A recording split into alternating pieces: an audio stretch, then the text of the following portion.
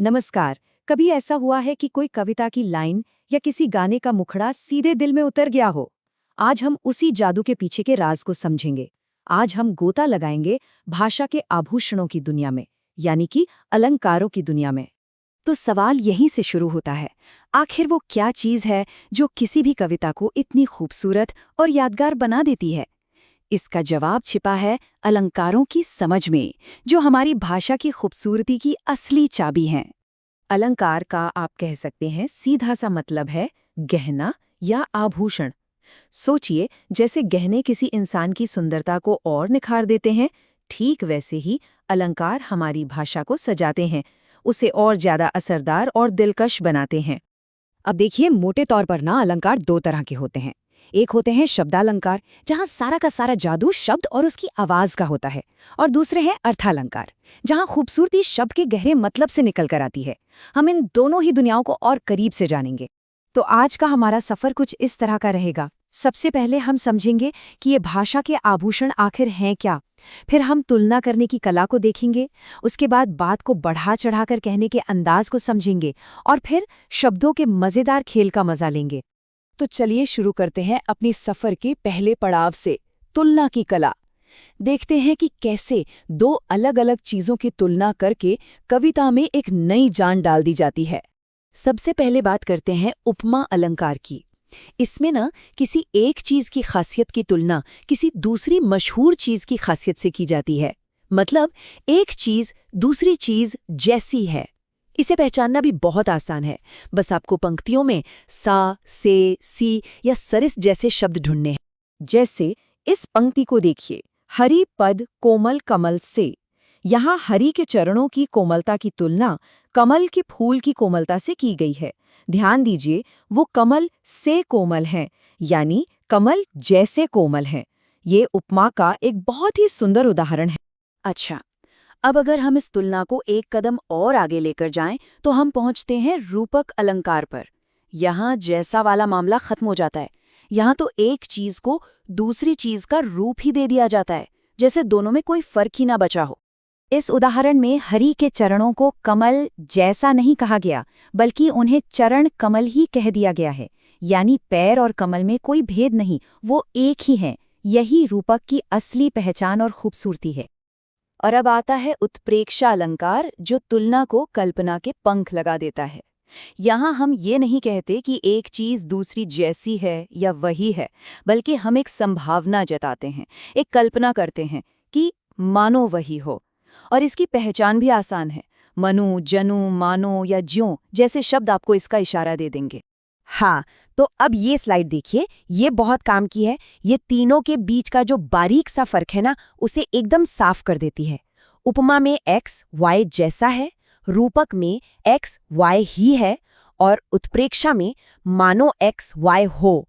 बस यही छोटा सा अंतर इन तीनों अलंकारों की जान है।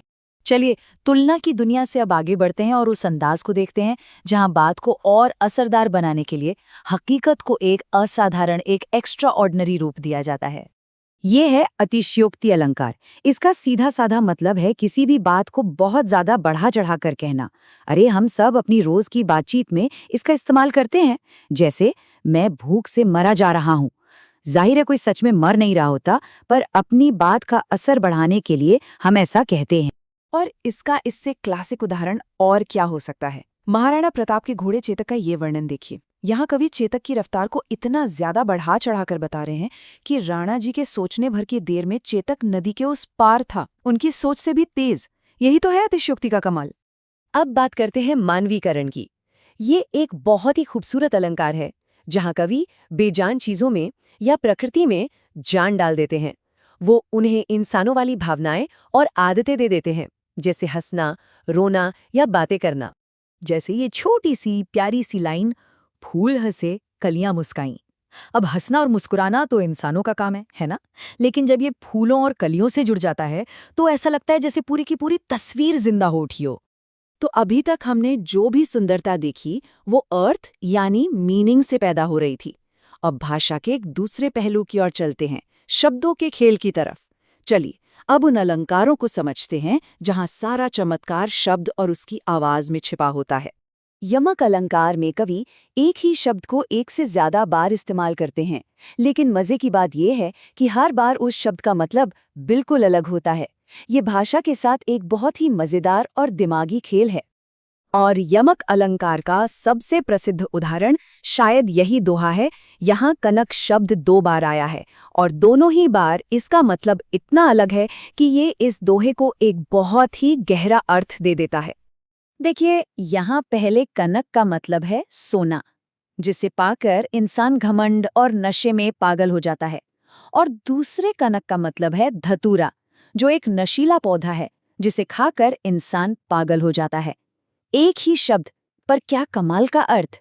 अब यमक से थोड़ा अलग है श्लेष अलंकार। यमक में शब्द 2 बार आता था और दोनों बार मतलब अलग था। श्लेष में शब्द सिर्फ 1 बार आता है, लेकिन उसी एक शब्द में कई अर्थ चिपके होते हैं। रहीम का ये बहुत ही प्रसिद्ध दोहा श्लेष का एक शानदार उदाहरण है। यहाँ पानी शब्द पर ध्यान दीजिए। सवाल ये है कि इस एक शब्द पानी के यहाँ कितने मतलब छिपे हुए हैं। देखिए कितना अद्भुत है ये। यहाँ एक ही शब्द पानी, मोती के लिए उसकी चमक है, इंसान के लिए उसका सम्मान या इज्जत है, और चूने के लिए वो सिर्फ जल है। रहीम ने एक ही शब्द से कितनी गहरी बात कह दी कि इन तीनों का मूल्य पानी के बिना कुछ भी नहीं है। तो ये थे कुछ मुख्य अलंकार, भाषा को सजाने संवारने के कुछ तरीके। लेकिन ऐसा बिल्कुल मत सोचिएगा कि इनका इस्तेमाल सिर्फ पुरानी किताबों या कविताओं में ही होता है। सच तो ये है कि ये आज भी हमारे चारों तरफ हमारी जिंदगी में मौजूद हैं। जरा ध्यान से सुनिएगा, आपको ये अलंकार आज के नए नए फिल्मी गानों में, टीवी पर आने वाले विज्ञापनों में और यहाँ तक कि हमारी अपनी रोज की बातचीत में भी मिल जाएंगे। एक बार जब आप इन्हें पहचानने लगते हैं तो आप भाषा की कला को एक बिल्कुल ही नए नजरिए से देखने लगते हैं। तो अब मैं आपको एक सवाल के साथ छोड़े जाता हूँ। आपका जो भी पसंदीदा गाना हो, अगली बार जब उसे सुने तो जरा रुककर सोचिएगा, क्या इसमें कोई अलंकार छिपा है? कौन सा अलंकार हो सकता है? ढूंढने की कोशिश कीजिएगा। क्या पता आपको भाषा का एक नया खजाना ही मिल जाए।